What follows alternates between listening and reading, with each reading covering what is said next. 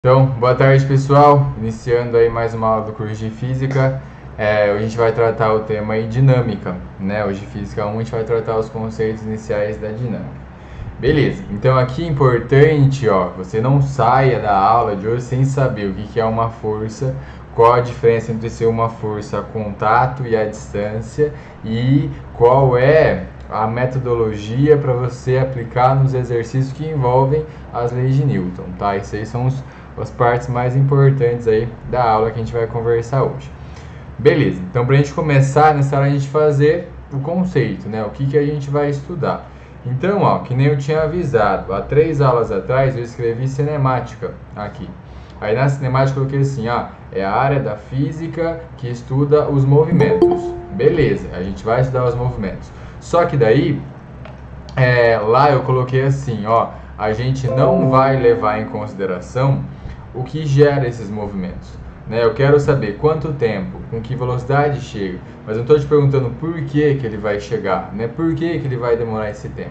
Então a cinemática estuda os movimentos, sem se preocupar com o que gerou. Já a dinâmica não, a gente vai fazer a mesma análise, pode até aparecer um exercício com lá as equações do sorvete, sorvetão, enfim. Só que daí agora o porquê que aquilo está acontecendo. O que está fazendo ele ser empurrado? É uma força? É uma variação? O que está acontecendo, tá? Então isso daí é o que a gente vai fazer no dia de hoje. Beleza, então vamos lá, ó. O que é a dinâmica? A dinâmica ela é a área da física. Então é a área da física que estuda os movimentos. Então a área da física que estuda os movimentos. Só que daí agora vem a diferenciação, né? Agora é levando em consideração suas causas. E aí a gente já faz, ó, o que gera um movimento? O que faz alguém entrar com uma certa velocidade? Ou até mesmo, né, por que ele pode parar? O que faz um corpo perder esse movimento? São as forças. Então aqui o que a gente vai fazer é estudar as forças. Força de maneira geral, tá? A gente vai usar a letra F e ela tem a setinha aqui em cima, né? Força é uma grandeza vetorial. Você viu que eu escolhi uma ordem bem interessante, né? A gente estudou os movimentos, a gente viu que existe um sem aceleração, um com aceleração, aí a gente foi entender os vetores para eu poder continuar, né? Então, ó, o que é uma força? Então, uma força, ela é o agente físico, aí esse junto, né? O agente físico capaz de alterar o estado primitivo de um corpo. Então, agente físico capaz aí de alterar o estado primitivo de um corpo. Tá, como assim? Ó, o que é esse estado primitivo? Se um corpo está em repouso, é só a ação de uma força que vai tirar ele do repouso. Se um corpo está em movimento, é só uma força que vai ou deixá-lo mais rápido ou fazer cessar esse movimento. Então você já percebeu que tem uma relação entre força e mudança na velocidade. Só que você sabe o que faz a velocidade mudar, né? A gente já viu essa grandeza. Que grandeza que era essa?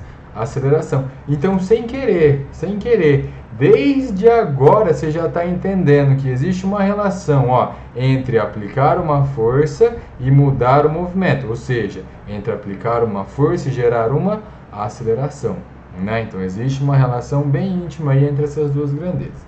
Beleza. Força, ela é uma grandeza vetorial, ou seja, força tem módulo, tem direção e tem sentido. Uma outra maneira de fazer o conceito de força, que a gente não vai usar agora, mas a gente vai usar depois, pode ser assim também, ó. É o agente físico capaz de gerar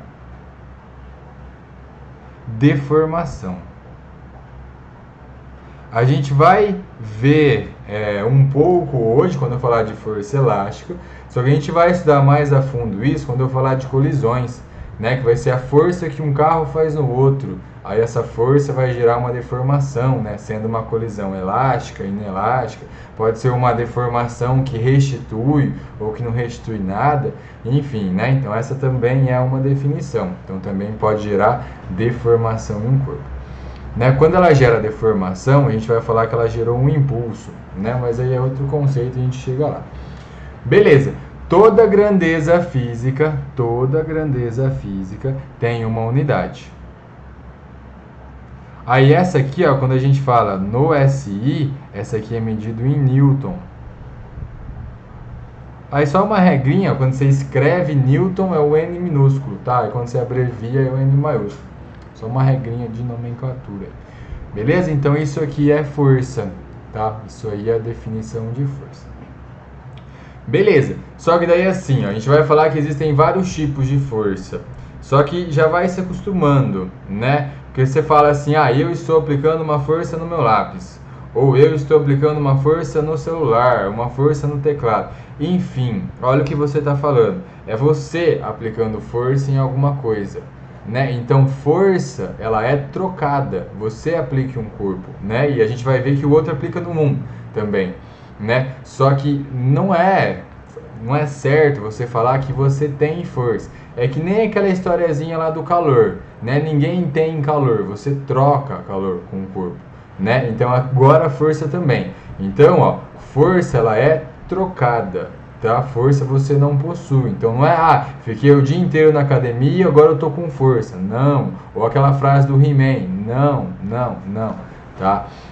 Força você aplica em um corpo e o outro aplica sobre um. Tá? Então, observação, ó. Essa é importante para não marcar pegadinha, né? Observação. Só existe através da interação entre dois corpos. Então tem que ser dois corpos para existir força, tá? Necessariamente, senão não faz sentido. Beleza. Então tá aí, ó, essa definição e a nossa primeira observaçãozinha. Essa muito importante. Beleza? Então definimos aí o que é força. Bora lá. Se é uma grandeza vetorial, a gente vai desenhar essa força, né? Só uma observação aqui, que é assim, ó, a gente até vai falar sobre ela mais pra frente, mas tudo demora um certo tempo, né? Que nem daqui a pouco eu vou falar assim, existe a terceira lei, que é ação e reação. É a força que A faz no B e que B faz no A. Quando é contato, o tempo é muito curtinho, né? Então é quase que instantaneamente. Só que quando é à distância, demora um pouco para essa força chegar, né? Existe um certo tempo, tá? Você tem dois ímãs, então é força para chegar no outro ímã. Ou você tem ali dois planetas, ou uma estrela e um planeta. Então, é o planeta puxando aquela estrela e vice-versa. Então tem um tempo para aquela força ser carregada. A gente vai ver que tem que ter alguém carregando, né? Vai ser os campos. Campo elétrico, campo magnético, campo gravitacional, mas tem que ter alguém que leva, e se é levado é porque demora um certo intervalo de tempo, tá? Só pra gente ir se acostumando com essas ideias. Beleza. Agora, ó, como que a gente faz a representação? Eu deixei aqui uns bloquinhos soltos, só para não ter que ficar pegando depois. Então, ó, imagina que eu tenho aqui um bloquinho, beleza. Então, como que a gente faz a representação de uma força? Então, ó, eu quero empurrar ele para a direita. Um jeito de desenhar você vem aqui, ó, e aonde você vai aplicar, aí você desenha. Então, aqui existe uma força, ó, para a direita. Só que assim, ó, geralmente não é só uma força, geralmente é mais, porque vai ter o peso, vai ter a normal, vai ter atrito, enfim. Então, ó, outra maneira de você desenhar as forças é carregar ela, ó, para o centro. Então você coloca as forças iniciando no centro geométrico desse corpo. Tá, então ó, isso aqui pra gente agora vai ser mais utilizado, porque é mais fácil de fazer a soma vetorial depois, tá? Mas ó, Essa representação é no ponto de aplicação, é aonde você aplicou aquela força, e essa aqui é no centro geométrico. Beleza, mas aí, ó, como a gente já fala tudo desde já, a gente é bem franco, bem sincero desde o começo. Tá, quando que serve uma, quando que serve a outra? Nesse instante, agora a gente está aprendendo como que funciona uma força, a gente está aprendendo o que ela gera, né? A gente não está falando ainda de torque, a gente não está falando ainda de momento de uma força. Lá na frente dependendo da onde você aplica essa força, você pode fazer esse corpo tombar, você faz ele girar. Né? Então olha só, que nem nesse bloquinho aqui, se você aplicar uma força mais em cima dele, ele vai tentar tombar para frente, né? Então vai ter um outro efeito. Só que agora, como a gente está falando de pontos materiais, ponto material não tem tamanho, então ele não gira, tá? Então ó, isso daqui, aonde você aplica a força, você vai usar quando é um corpo extenso. Lembra? Primeira aula do curso, corpo extenso. E essa daqui você vai usar para ponto material. Beleza? Então, para nós agora estamos trabalhando com ponto material, então a segunda vai ser muito mais utilizada. Beleza? Feito isso, ó, agora vem o conceito. Esse é um dos mais importantes. Esse é chamado de força resultante. A gente vai chamar essa de FR, força resultante. Aí outra regrinha de nomenclatura, ó, você coloca a seta em cima da grandeza, tá? O R não recebe a seta, o R é só a resultante. É tipo a velocidade média, velocidade é a grandeza, o média é só o tipo. Ou delta V, né? Você coloca a setinha em cima do V, o delta é só a representação de diferença, tá? Porque quem faz exercício aberto, algo do tipo, isso faz diferença, você pode perder pontinho, tá? Beleza, o que é força resultante? A força resultante ela é a soma vetorial de todas as forças que atuam em um corpo ou atuam em um sistema. Então, ó, a gente vai pegar de novo um bloquinho. Aí agora, ó, não é só uma força. Agora a gente tem uma força para a direita, vou chamar essa aqui de F1. Aí a gente tem uma força inclinada, vou chamar essa aqui de F2. A gente tem uma força para baixo. Enfim, tem um monte de força aqui. A gente quer saber para onde ele vai. Para saber para onde ele vai, a gente vai calcular a força resultante, né? Então, quem que é essa resultante? A força resultante, ela é a soma de todas. Então, ela é o F1 mais o F2 mais o F3. Aí aqui você vai usar as regrinhas que a gente aprendeu na aula passada. Tá? Então pode ser lá a decomposição, você pode somar 2 paralelogramo e depois somar de novo, enfim, né? Mas a mais utilizada aqui vai ser a decomposição, tá? Com certeza a mais utilizada vai ser a decomposição. Só um símbolozinho novo, para a gente se acostumar também, quando a gente faz soma de várias coisas, tem um símbolo para isso, tá? Se chama sigma, ele é um E mais aberto assim, ó. Ele significa somatório, tá? Então, a força resultante é o somatório de todas as forças que atuam sobre um corpo ou sobre um sistema de corpos, tá? Então, esse símbolo aqui significa somatório. Beleza? Então, tá aí o conceito de força resultante. Só que é muito importante falar desde agora, porque depois a gente fala que existe uma resultante centrípeta, o aluno fica assim, tem que ter ali a resultante apontando para o centro, então desenha ela, sem saber que a resultante não é uma força, ela é soma de força. Então é que nem, você tem um bloquinho, aí você tem uma força de 20 para cima, você tem uma força de 10 para baixo. Quanto que é a resultante? Tá, 20 para cima com 10 para baixo, sobra 10 para cima, certo? Sim, existe esse 10 para cima? Tem alguém aplicando 10 para cima do bloquinho? Não, isso aqui é uma representação, é uma igualdade, é uma equivalência, tá? Não existe 10 para cima, existe 20 para cima e 10 para baixo. Só que a mesma coisa é equivalente a só ter uma de 10 para cima. Isso é um conceito importante porque aparece várias vezes, Que nem a gente vai ver, resistência, associação de resistência elétrica, você calcula um equivalente. Para que você calcula um equivalente? Não existe aquele resistor, existe o que está lá no circuito, mas você transforma ele para facilitar, porque é muito mais fácil trabalhar com um só do que trabalhar com um monte. 10 para cima, só 10 para cima, com certeza sobe, né? Então é mais fácil trabalhar mesmo, tá? Então com uma só é mais fácil trabalhar. Beleza? Então tá aí o conceito de força resultante. Aqui do ladinho, ó, já quero deixar um conceito também, ó, que a gente vai usar bastante, que é o conceito de equilíbrio. Beleza, aí lembrando que a gente está em ponto material, tá? Então a gente está trabalhando ainda com corpos que não tem tamanho, tá? Então pontos materiais. Qual que é a condição para que ele fique em equilíbrio? A condição é que a força resultante aplicada sobre ele seja zero. Algumas pegadinhas em relação a isso. Vai lá, ó. Primeiro, posso colocar a seta em cima do zero? A resposta é sim. O zero é o único que pode. Por quê? Porque ele não tem módulo, não tem direção e não tem sentido. Então tá certo, né? Que lá é o vetor nulo. Mais uma. Para estar em equilíbrio, então, não pode ter força atuando sobre o corpo. A resposta é errado mais uma vez, né? Se não tiver força, a resultante é zero. Só que não é essa a condição. A condição é que a resultante seja zero.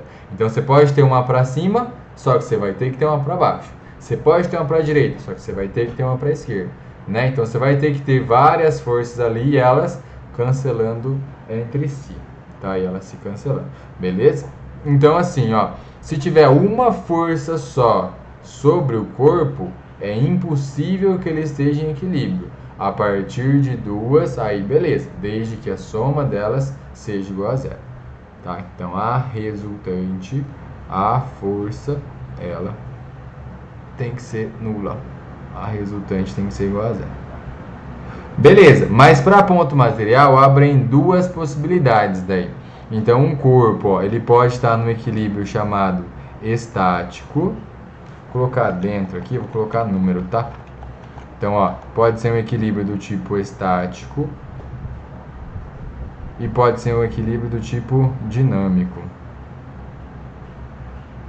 Beleza, o que é um equilíbrio estático? É quando tem força resultante igual a zero e não há movimento. Então aqui, ó, é o que a gente chama de repouso. Então, quando ele está em repouso e com força resultante igual a zero, é porque ele se encontra em equilíbrio, tá? Tem que ser as duas situações, beleza? Tem que ser repouso e força resultante igual a zero. Aí ele está em equilíbrio. E o equilíbrio dinâmico é quando ele está em um movimento, né? Dinâmico é movimento. Só que não é qualquer tipo. Tem que ser retilíneo, tem que ser uniforme. Para o pessoal que é mais avançado, ó, que já viu as outras partes. Você já estudou MHS? Sim. Aí você tem lá um bloquinho, né, que passa por algumas posições. Posição menos A, posição 0, posição mais A, né? Olha só, ó, a posição aqui no meio, ele passa com uma certa velocidade, né? Exatamente aqui no meio, passa com uma certa velocidade. As outras posições, tanto mais A quanto menos A, ele para, né? Porque ele está indo para a direita e freando, vai até o mais A. Depois ele está vindo para a esquerda, freando, ele para no menos A. Beleza, então no ponto mais A e no ponto menos A ele está em repouso. Ele está em equilíbrio? A resposta é não. Por quê? Porque além de estar em repouso, tem que estar o quê? Com resultante igual a zero, né? Então olha só, ó. Ele tem uma resultante empurrando ele para a direita. Depois ali, ele tem uma resultante empurrando ele para a esquerda, tá? Então não basta, tá? É repouso e a resultante igual a zero. Aí é um equilíbrio do tipo estático, tá? Não é só estar em repouso, beleza? É que nem a gente fala, né? Que a gente já viu esse. Você joga um corpinho para cima, né? Ele vai subindo, aí ele para lá em cima, depois ele desce. Nesse ponto mais alto, é um equilíbrio? A resposta é não. Por quê? Porque tem a gravidade, então tem o peso dele atuando, né? Então toma cuidado com pegadinhas desse tipo, tá? Vem bastante. Não tiro do além as coisas, não. Se você fica inventando pegadinha, Quem dera eu ser bom de inventar um monte de pegadinha assim. Beleza? Então tá aí, ó, algumas situações que tem que tomar muito cuidado mesmo. Beleza, feito isso, ó, a gente já sabe que é força resultante, que é equilíbrio, bora lá.